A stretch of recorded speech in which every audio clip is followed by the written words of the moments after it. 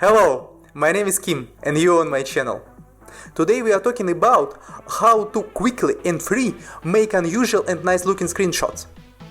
With this web tool, your normal screenshots will be amazing. Let's get started. Go to fabpic.app. It is a very to use web tool that you can understand in seconds.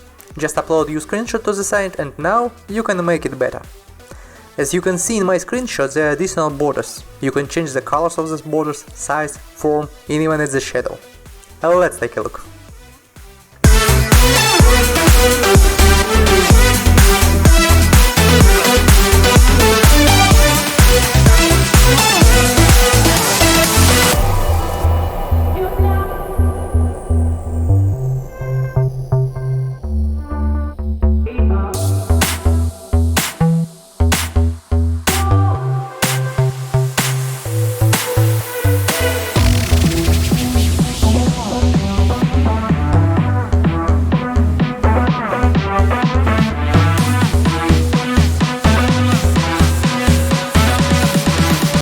Now let's download it and voila, you got new nice looking screenshot.